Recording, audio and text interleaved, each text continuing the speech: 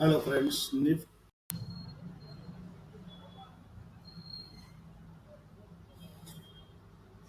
Hello friends. Bank Nifty के बारे में हम चर्चा कर रहे हैं इस वक्त। बैंक निफ्टी की और निफ्टी दोनों ने एक रेंज के अंदर अपनी कहानी गढ़ी आज, और रेंज नहीं फंसा फंसा के लोगों की बत्ती लगा दी। और आज की डेट में समझ लीजिए कि हमने कल ही एक एनालिसिस किया था बैंक निफ्टी के ऊपर, और ये एम पैटर्न बनाने की जवाबदारी दी थी कि भैया बैंक निफ्टी को कहा था कि तुम एम पैटर्न बना देना, लेकिन लोगों को भरोसा नहीं था। और ये देखिए आज एम पैटर्न ये बन रहा है और लगभग बन चुका है। एम पैटर्न बन चुका है, क्लियर पैटर्न साफ नजर आते हैं। पहले inverted head and shoulder pattern बना, ठीक है, लोगों को लगा बनेगा, ऊपर उठेगा, वेल्डन उठा, ऐसी बात नहीं है, उठा। यहाँ से आप लोगों ने गौर किया हो तो ये देखो, ये हेड एंड शोल्डर पैटर्न ये बना, बिल्कुल बना, ये ऊपर गया। जो मैंने परसों एक लकीर बनाई थी कि ये लकीर ग्रीन वाली बनाई थी कि ऐसे ऊपर भागेगा, इसके समांतर भागेगा, गया।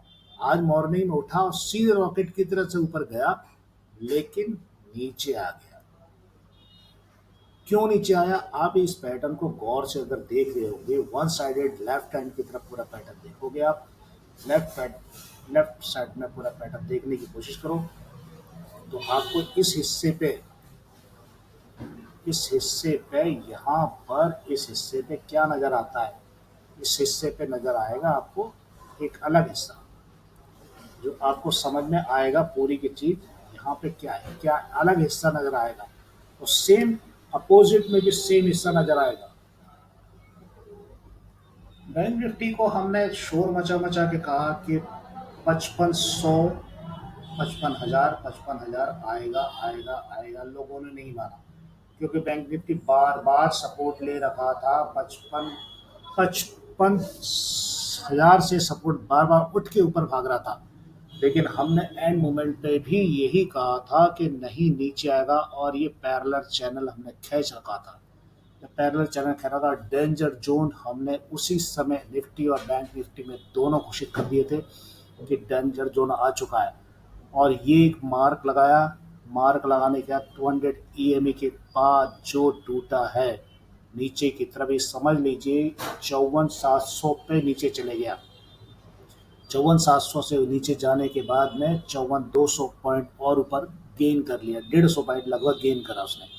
तो क्या लगता है कि आपको ये जो एम पैटर्न बना है इसके कारण और ज़्यादा इसकी क्षति हो सकती है मार्केट के अंदर में? आपको मालूम है कि इंडिया पाक की के कारण में मार्केट थोड़ा सा अपने आप में समेटे हुए है। अब ये एक ट्रेंड लाइन जाती है, जिसे ट्रेंड लाइन समझ लीजिए, ये ट्रेंड लाइन जा रही है। इस ट्रेंड लाइन के पास ये आने की अब चार्ट कोशिश करेगा। क्यों करेगा भाई?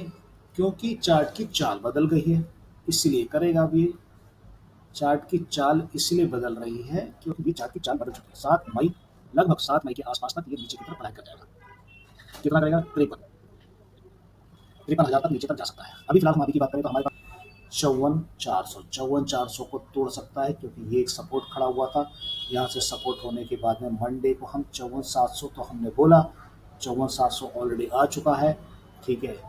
54,700 को दोबारा मंडे को 54,700 क्रॉस करके नीचे की तरफ आएगा, तो इस गैप को भरने के लिए ये भर चुका, लेकिन ये जो पोर्शन है इस पोर्शन को दोबारा लेने के लिए आएगा यहाँ पर।